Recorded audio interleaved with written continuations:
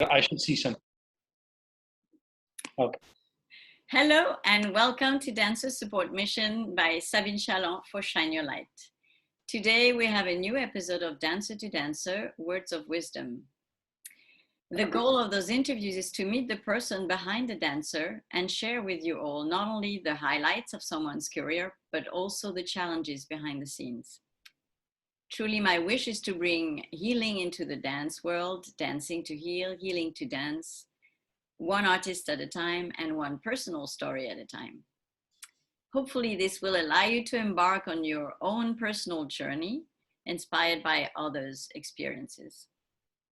So today, I'm delighted to welcome Gary Feingold. Gary, thank you so much for taking the time to be with me today, and welcome to that interview platform.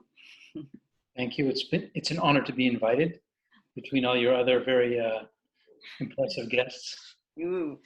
Well, we're all impressive, I think. So anyway, you definitely have some seriously impressive things to talk to us about. So I'm looking forward to this. But let's start with, I know you for such a long time, Gary. We've, I remember you bringing all the muffins to the music theater a long time ago when you started, right? You were on your bike and you brought your basket every day, twice a day even, no? Well, I don't know. I was transitioning from dancer to baker at the time. But I mean, they were always fresh. So, I mean, and we could have them, any time of the day. So that was wonderful. So Gary, you have had a great dancing career, and you have an even more amazing career afterwards because you haven't stopped doing things, in every direction. So, but let's start with first thing first. Let us know how you started dancing, when, and why when you chose to become a dancer, because I think that's a big turning point for all of us.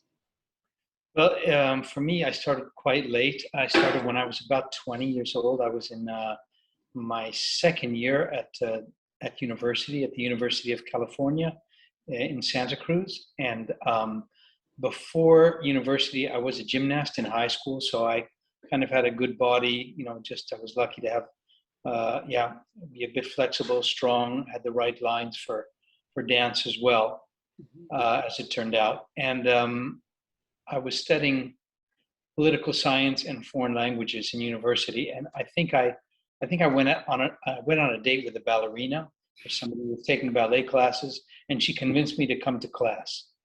And so there I was in this beautiful studio overlooking the Santa Cruz, the Monterey Bay. And there I was with music, which is kind of a second love, and movement. And I said, "Oh, I like this." But wasn't it a shock? It was kind of a shock. Yeah, it was a bit of a shock, but it was, I don't know, it just it felt right. I mean, at the beginning, I had no idea that I would eventually become a dancer, but as the more classes I took and wanted to take, then I realized, oh, this I would like to do as a profession. Okay, but when you start at 20, when is the moment you decide you're going to be a professional? Well, I think as almost all of us professional dancers, there's usually one or two people that really influence you in your life. Mm-hmm. And for me, it was, of course, my first teacher, Jean Dunphy, or Jean A, her name was. And she had a studio in town. So she had taught my first class up on campus, and then she encouraged me to take classes in her studio. And at a certain point, she says, "Gary, you have talent. You started late, but you have talent. So if you really want to pursue this, you have to leave here and go to a professional school." So she actually told me to leave her studio and go to an academy in Palo Alto, which was run by Richard Gibson, who was another extraordinary teacher. Ex-Joffrey ballet dancer. So I left university to the great disappointment of my parents, but at the time, and left it all in Santa Cruz and went to Palo Alto, which was just turning into Silicon Valley. We're talking about ancient history. This was in the 1970s, and I started at the Academy of Ballet of Palo Alto, and Richard gave me a scholarship, And it's there I also started. No, I started working in restaurants already, but still. So I stopped university. I dropped out and started studying ballet full time. Yeah, and that was a moment where it's okay. Let's go for it. So how long did it take? I studied for 3 years in Palo Alto. So when I went off to seek my fortunes in the professional world, I was 23 plus, I guess, 23 and a half. Yeah. So where did you find your luck? At the time I had a girlfriend, a Dutch girlfriend, Bel Bonarius, who you might have known from. Oh yeah, I didn't know that. Yeah, and so I came to Holland and I stayed with her, and from her house as a base, or her parents' house, I went off and did auditions in different places. And I did a number of auditions, and it was kind of like, well, you have talent, but you don't really know what you're doing. It's not enough for the company. So, I kind of would always get to the last five guys in the audition. And that was true of Dutch National Ballet and Béjar and Hamburg Ballet. And it was always like, well, come back when you have more experience. So the first. So Rudy liked people like that, Well, that's why there were like 60 guys in the audition, and I was the last five, and he took four. I mean, in all honesty, I wasn't really ready to do anything, but still, I just I kept going, and eventually, by chance, you said it actually in the interview with Catherine Bennett, said there's always a lot of luck involved, and timing. Yeah, I mean, yeah, timing is what you said. Yeah. And so I had a Eurail pass at the time, and I had like a week in between auditions. There was one in Switzerland and another one in Germany or something like that, but I could go anywhere I want in Europe because I had the pass. Mm-hmm. So I said, well, let's see Venice. So I go to Venice, Italy, and I'm walking through the streets, totally amazed. And I saw a sign on the wall saying in Italian, dance performance, Teatro, Corpo di Ballo di Teatro La Fenice, which means the ballet company of the theater in Venice. And I said, well, maybe I'll just ask if I can do a class so I'll be in shape a little bit for the audition. So I went to the theater, asked if I could do it. No stress, yeah. And after the class, the director, came up to me and said, well, we have a contract available. Would you be willing to, come and work with us? I'm like, duh. Let me think about it. So I thought about, for about 25 seconds and said yes. And as it was, I was replacing Alessandro Molin, who became a very famous dancer, and he had to go into the Italian army for 6 months. So I replaced him for 6 months, although, he did really important roles, and I was, doing what I could. But that was my first job in Venice, yeah. Well, that's a wonderful story. I mean, we should expect the best at every moment, right? Right, at least hope for it. And that's where I learned Italian, because I didn't speak, I spoke some French from university, but everybody in the company except for me and one other guy were Italian. And so it was full immersion. And within a few months, I could speak pretty good Italian. Well, you get a girlfriend and that's no problem, right? Well, I didn't have a girlfriend at the time. No, Belle would come and visit me in Venice, and then later in Florence, yeah. So I was... So after that, what did you do? The company in Venice didn't really do a lot. There was this thing of stable contracts in Italy at the time. So that meant that once you got a job, or once you got a stable job, they could never fire you, which meant that there wasn't much room for growth for young people. And in fact, in that decade, the 80s we're talking about, there was a great exodus of very talented Italian dancers who went to London, actually. A lot of them went to London Festival Ballet and made their careers there, because the Italian scene was very closed. And you notice that because, somebody who was 45 was still doing most of the lead roles. And, you had a brilliant 22-year-old dancer, not me, but other ones, and they just couldn't get the roles that they really deserved. Anyways, I did an audition for the company in Florence with Eugenio Polyakov, who was the director then, who was quite well known. I worked with him in Paris Opera, actually. Oh, you did? Yes, right. And I danced there for a year as well, and that was a great experience, because, well, also quite a few of your interviewees have mentioned that, Nureyev came and solo and guest, and also in Venice and Florence, and also actually Nureyev and Fontaine. I believe it was their last performance together. They did Prélude après-midi d'une femme. I think it was a Diaghilev program, and we did Petrushka. But anyway, so, you had those kind of things where you would meet these greats from the ballet, and you had this person who was just steeped in this tradition of the Russian ballet. And, here I am, just American guy from California, kind of falling into this world of European and East European or Russian culture, with just like my eyes open. And I'm from Los Angeles. Los Angeles is like the height of superficiality, when I was in high school, the rule was, the prettiest girl, the guy with the fastest car had the prettiest girlfriend. That was like Los Angeles suburbs. But anyway, so here I am in Europe, and coming in contact with this fantastic culture of music and dance and theater and art, and it was just and beauty, right? Because in Italy, it's like just it's right, left, and center. But what would you say?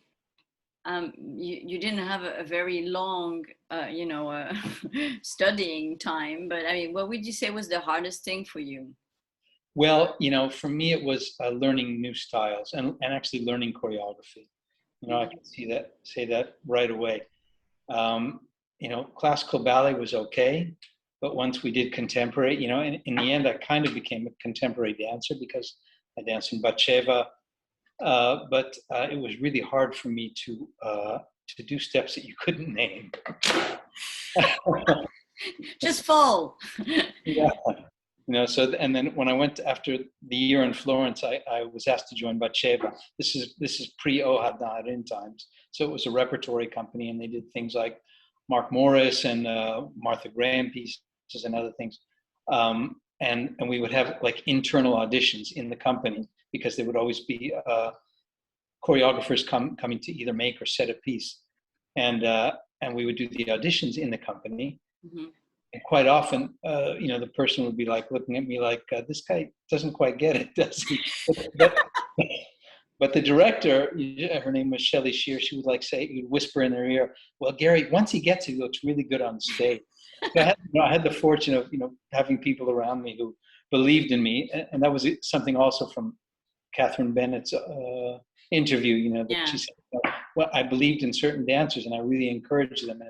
And they really, helped them with their career. So I kind of had that as well, somebody who was, Gary, okay, you're slow, but, once you do it, you look good and you have nice stage presence, so keep going. So I kind of had that fortune, but that was definitely a challenge, So how long did you stay with Batsheva? Well, when I first got to Israel, I got to Batsheva and I realized it really wasn't for me. So I stayed there for 6 months. And then I went to the Israel Ballet for 6 years. And then I went back to Batsheva for 2 years. So Israel Ballet was classical?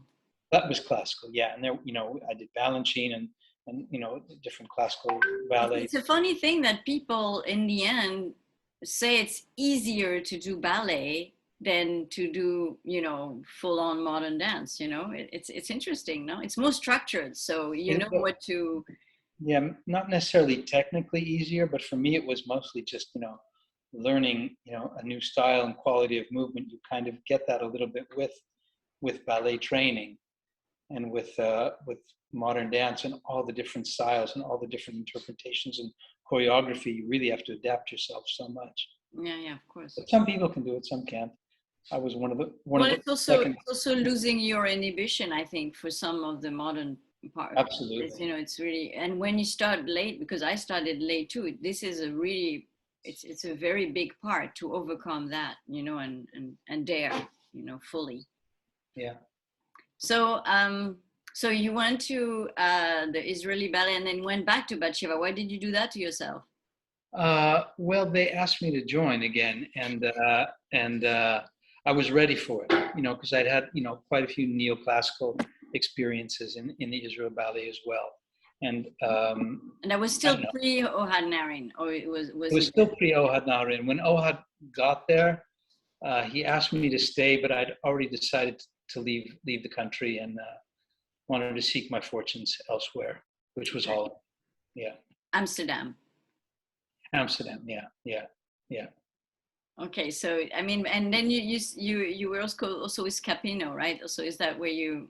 Yes, well, my girlfriend at the time got a job with Scapino, so she was planning on going to the Netherlands. I tagged along, and I actually had a job with a Batsheva dancer, a Dutch one who'd gone back to Holland, Peter de Ruiter, Mhm. and what was it? Yeah, so Lottie got a job with Lottie Baines with the Scapino Ballet, and then they let me do Nutcrackers with the company. So I did a whole season of Nutcrackers, or a winter of Nutcrackers, where I saw the inside of every stage of every theater in every little town in Holland, doing Nutcrackers. And then I did a few um, projects of independent choreographers, but then it was kind of like, okay, I've had my career. It was 11 years, and I was 30 something, so I was already thinking. So what drove you to Muffins Well, first? when I was in Israel, I couldn't really afford, because salaries were not wonderful. Los Angeles and Tel Aviv are really far away, Hmm. and I just wanted some extra income, and I also missed that kind of stuff to eat, because when I was growing up in California, it was kind of the birth of I don't know, banana bread and carrot muffins and those kind of things. And I used to like baking it, and I was always trying to find it in Tel Aviv, and they never had it. And the guys would say, stop asking me in the stores, the health food stores. But if you ever make it, I'll buy it from you. Oh, so I started baking in Tel Aviv, and opened a little bakery there while I was dancing, which meant very long days. And I kind of did the same in Amsterdam. So I started baking. I built a bakery in Artemis, the church where actually where we met. And I started baking there and started bringing them around to different places. And after that, I opened a shop, which became a chain of shops. Yeah, Gary's Muffin. Gary's Muffin. It was really popular. I mean, they were everywhere, and we could not do without our muffins. Well, let's say I paved the road for the competition, because when I first got to Holland, people couldn't even pronounce the word bagel or muffin, or so. Well, there was a lot of things that they couldn't did. There was not much in Amsterdam. I mean, when I got there in 1990, there was, I mean, in terms of food, it was really scarce. It's not very. It's true. They were all brown cafes, but yeah, that's true. Well, those are fun too. So, but you also have. I mean, of course, you've built all these chains of. Yeah, now it's finished, Gary's Muffin, right? Well, yeah, I mean, I kind of I went from being a ballet dancer to the director of a company with about, I think we had 70 employees, within a few years, because I'm talking about the partner in the business, which was also an ex-dancer, Mark Mahler. Yeah. And at least for me, I didn't have the management experience to do that. It's one thing to bake, and it's another thing to manage a company with employees and all this stuff, especially in a foreign country with different rules and all those kind of things.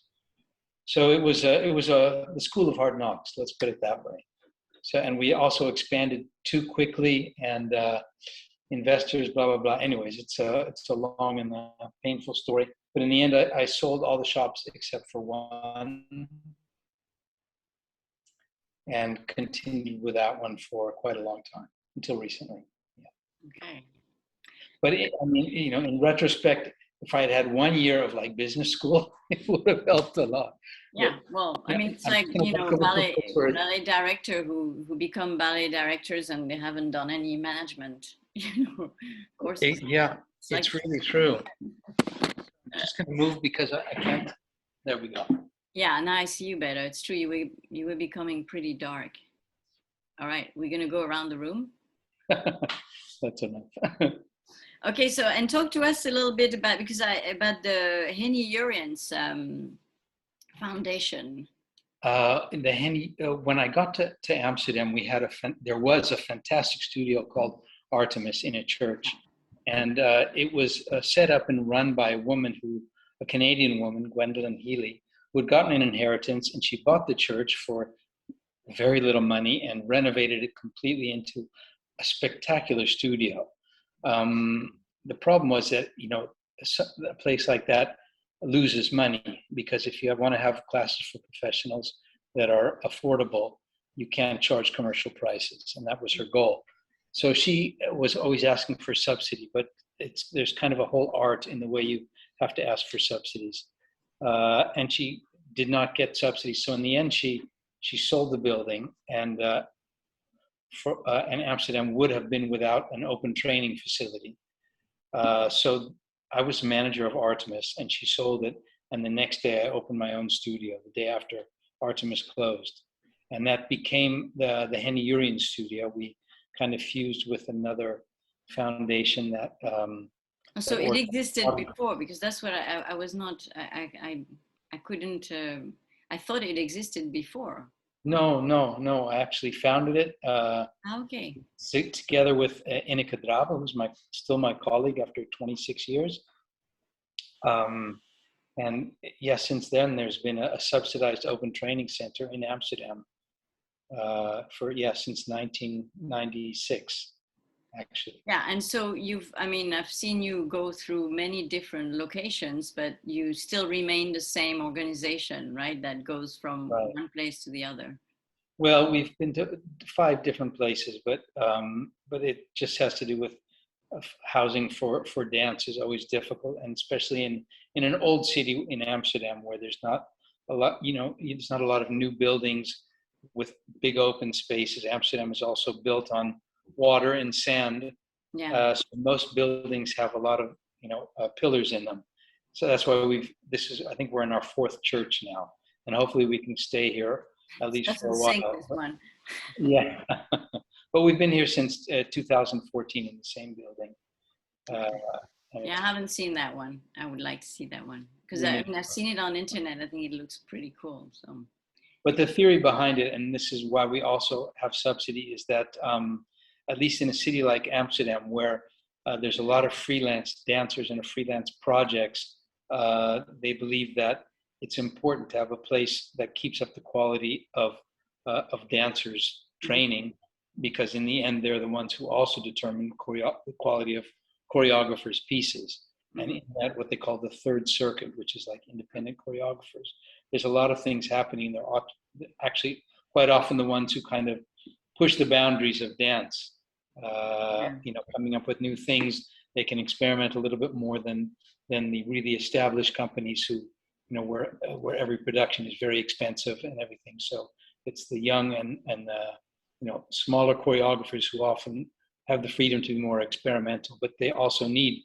trained dancers to keep the quality of their work. Yeah, of course, it's like in every big cities, right? Like Paris is the same for that. Right, but in Holland we have an enlightened government, so we have subsidies, so we can sell classes with fantastic teachers. I mean, really great teachers for €9 a class. So and a lot. I mean, they always change, and you have a lot of. You have different teachers and different. Also, you have contemporary, you have classical, you have a bit of everything. Right. We have some Gaga teachers, but this summer we also have whirling, which is like dervish dance, and also circus, and ropes, but of course also things like Killian repertoire, Forsyth repertoire, Akram Khan. Pardon? That's the summer intensive. That's a summer intensive, because the idea is that we want to give the dancers the tools that they need to succeed in today's dance world, and that has a lot to do with being flexible. Whereas when I started dancing, you kind of went to an audition and you did what was shown to you, and if you did it well, you would get the job. Now it's much more in depth. People have to be able to co-create. They have to be able to choreograph a little bit themselves, much more creative than what was demanded of us. So these tools we try to provide in our training program, which is open to everybody of a professional level. Yeah, that's amazing. And how many studios are you using actually? Because during the summer intensive, you must have a lot of classes, right? In the summer intensive, we use about 5 studios, and the rest of the year we use 1. Yeah, we just have morning training, and then we have some workshops during the year. Yeah. Okay. And what about because I'm reading it because I can't remember the name. You had also Dancing on the Edge and the International Dance Competition. I want to know about that because Well, Dancing on the Edge, having lived in Israel and being a little bit on the left of the side of the political spectrum, I always, I would go to peace demonstrations, those kind of things. And being, I would not call myself an artist, but being in the artistic field, I wanted to try to do something in that sense of bringing people together. Mm-hmm. I had always admired Daniel Barenboim, who has the East-West Divan Orchestra, where Arabs and Israelis play together. So I thought, well, maybe I can create something like that in the dance world. And I contacted him, and he was enthusiastic at the beginning, but then he started a big conservatory in Berlin, which is just now happening. But anyways, I realized at a certain point that having Israelis and Palestinians dance together was a kind of a dream and not really reflecting the situation because it's politically very complicated. But in the meantime, I had gotten quite fascinated with what was going on in the Arab world and Iran in terms of contemporary dance, because I had felt sometimes, at least in Holland, things were quite frivolous in the sense that people would, get money and they would, not to be too critical, but they would spend a lot of time staring at their navel and coming out with, new ideas which had already been done 25 years before then.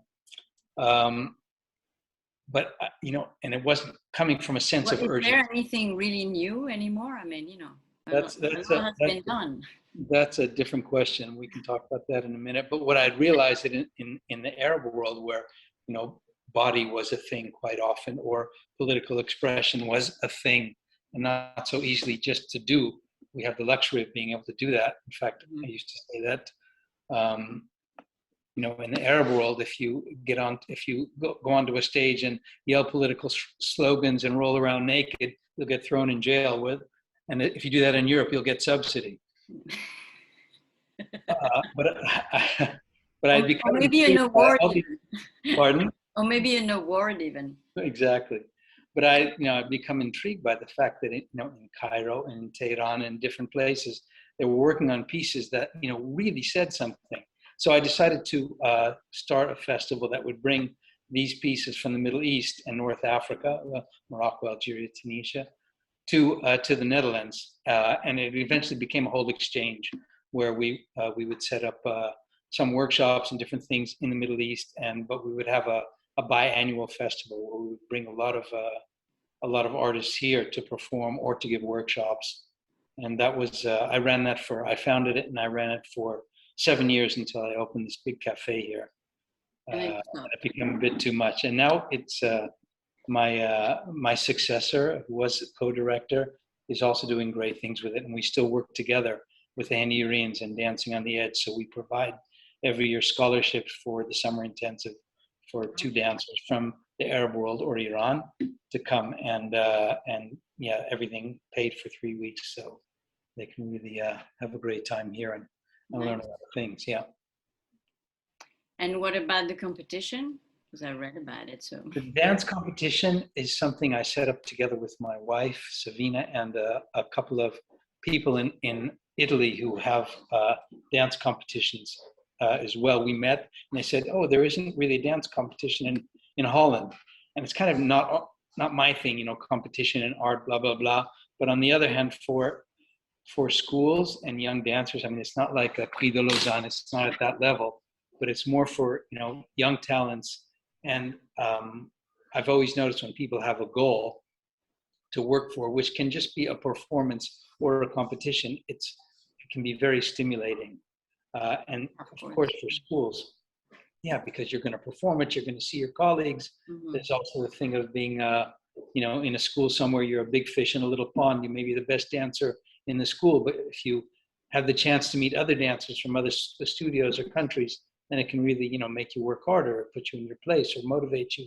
So anyways, we set up this festival and this competition called Amsterdam, and it's more for amateurs or very young or young choreographers as well. And we had our 5th edition. We had 2 years. It's a competition for choreography. No, there's two sections of it. It's Okay. mostly for schools, for, you would say amateur schools, but um, it's kind of different in different countries, what constitutes amateur, because any real talented students in Holland end up going to a state academy or one of the academies or the schools here. Whereas in other countries, quite often amateur dancers become professional dancers without having gone to an academy. They've just gone to a very good school. But aside from all that, they're usually schools from different countries that come with a bunch of kids and they take part in this competition. And so we've had, schools from Malaysia, of course, from all over Europe, from different countries who have come in to Amsterdam and taken part in the competition with really great prizes. I mean, we have really nice sponsors like Eagle Perry in Perry Dance in New York, who's given 2 scholarships, and the National Ballet Academy in Holland, which always gives scholarships. And we also give the winners opportunity to perform on different stages in the Netherlands. So there's all these nice prizes you can win without it getting all too serious.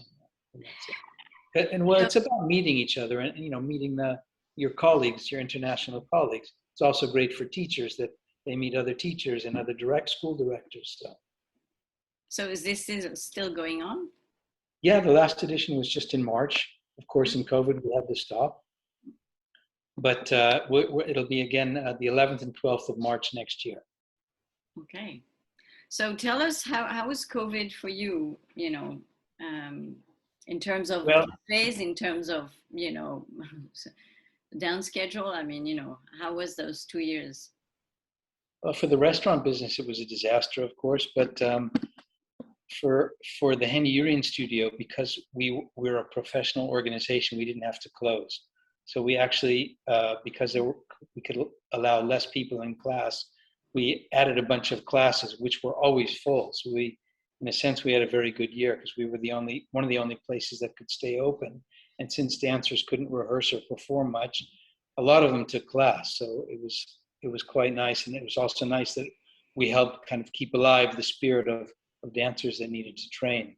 Yeah. And furthermore, I have this big cafe called Café Belcampo, and we were closed. So I turned we have kind of a mezzanine, which is really big. And I turned that into a dance studio. I bought a sprung floor and laid it there, a temporary one, and bought mirrors and put them there. So I have another little studio of my own as well. So they were always full with people rehearsing, and I would charge very little money because dancers didn't have much money at the time because they weren't working, or sometimes if it was empty, I would just put on Facebook, free studio today, first come, first serve. So, that kind of stuff happened. And I did a lot of online presentations of different pieces. So, I kept busy, and I think, what I and the Henny Urian studio did kind of help keep things going. Yeah. Do you think, how do you see the future of dance, Because it's not over, all this thing. Who's to say? I don't know. Let's hope for the best. Yeah, right.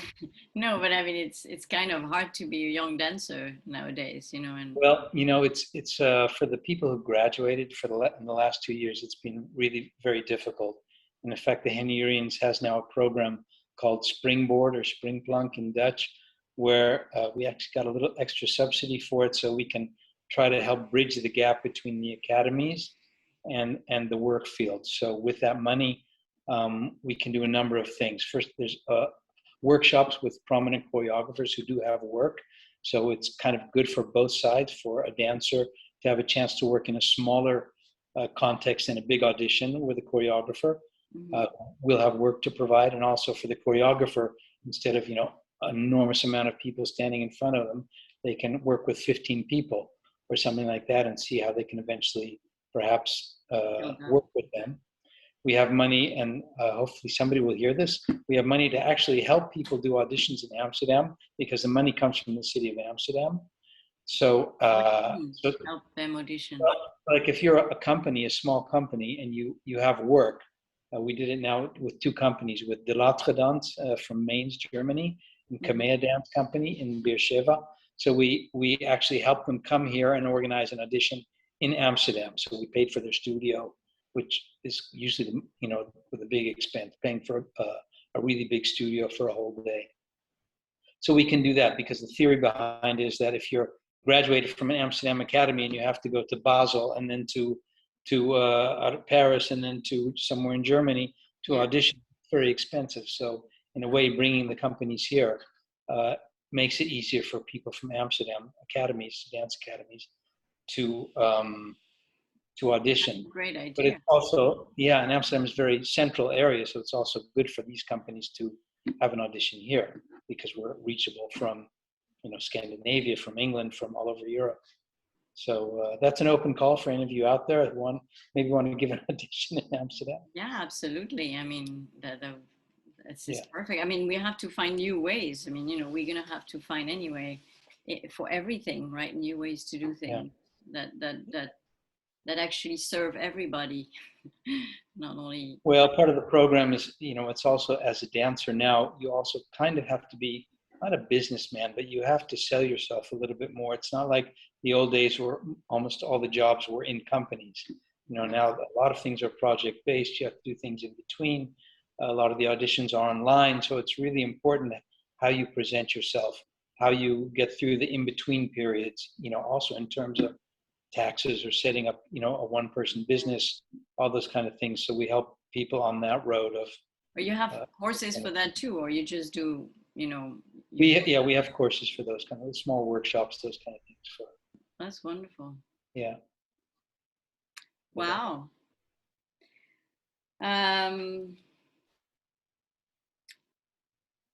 So you would say that your transition from dancing to, everything else you did was smooth? It's kind of funny that I at least what I do now, which is I'm the head of these 3 cultural organizations. The third is called Arts and Dialogue, and we organize,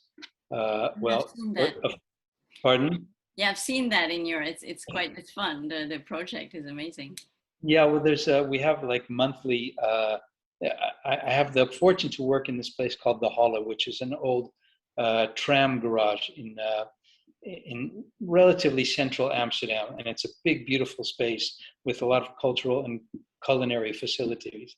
So, and there's a big passage in the middle where all kinds of things take place, markets and things like that.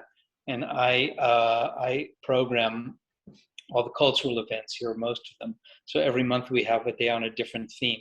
So we've had like Opera Day or Culture for Kids, or of course Dance Day. We've had a Syrian Music Day, Moroccan Music Day, Bluegrass Day, Chamber Music Day, all these different, Black Achievement Day, all these different things which I get to program. I have to ask for the subsidies as well, but they usually come. You actually sleep sometimes, or? Sleep, yeah. But it's nice is that I can always give the opportunity to different artists, whether they're musicians or dancers or whatever, to perform in a place where people aren't always coming and expecting art, because a lot of people that come to this place are actually coming for a hamburger in the food hall, and they're confronted with an aria or something like that. So it's and it's always a nice thing to introduce arts and culture to people who may not be familiar with it. They can discover a great appreciation. Yeah, so that's once a month. That's once a month here, and we also have a whole program of dance and music, usually in the public library, which I program, or in my cafe, because we have different spaces here. Wow. So it keeps me off the street. Yeah, well, it keeps you busy. Yeah, but it's more presenting, which I like to do. I mean, producing is nice. I do produce a couple of things. I have a couple of concerts, and I founded a choir, which is the Turkish Arabic Hebrew choir. So it's kind of that original idea, and they're different. It's a choir that sings in those 3 languages, and a concert called it's called Salam Shalom. No, but do you sing? Pardon? Do you sing in it? I know I can't do anything. I can't sing. My kids are musical, but I just like to facilitate, dancers and musicians and give them a chance to perform, either in informal or usually less formal atmospheres. Not a little bit in the theater, but in the context that I create, because I have the fortune to be in this space with different locations where people can dance. In fact, in COVID, because the Belcampo, this big cafe, is part of the public library, I asked the public library, because it's really a big space, like 500 square meters, but it's full of bookshelves. So I asked if they could put the bookshelves on wheels, which they did. So now in 20 minutes, we can turn the library into a theater. So we just push the bookshelves to the side. We have this big open space. I bought a kind of a mobile sprung dance floor, and so we just roll that out. We put up a back curtain, a few lights, and we can have a dance performance there. So, wow. Yeah. There's so many ideas. That's wonderful. Oh, I just got lucky to be blessed. Well, it's something to have ideas, but you have to have the will and the ability also to put those things in action, and you definitely do. So bravo. All right, great. Well, that's wonderful. I mean, I advise any dancer that goes through Amsterdam to go and check out the Henny Urian's studios, and everything that they offer, because it's quite amazing. If you look at the website, I mean, it's actually too many things to look at. So that's wonderful. And Gary, thank you so much. That was really fun. To finish, I would like to ask you, what would be, if you had one single advice that you could give to a young dancer, what would that be? I would say keep developing your other skills, because in a way where I ended up has to do, I kind of felt like what I'm doing now, all the things that I did in my life, including dancing, but all the things I did on the side, whether it was baking or foreign languages, which I studied in university, they kind of all led up to this point where I am now, where I use them all these skills. So I'm glad I studied, and I'm glad I learned other things along the way, because they could come in use at a certain point, at least if you kind of, point your life in a certain direction, post dance or with combining dance. But all these things, you never know when they'll be useful, but they could be. Could be. So, develop them. Yeah. Great advice. All right, Gary, thank you so much. I know you're a very busy man, so I'm glad I could catch you for a little moment. Well, thank you very much, and good luck with everything, because I know you have more ideas in that little head of yours that will develop. Thank you very much. Thank you for having me.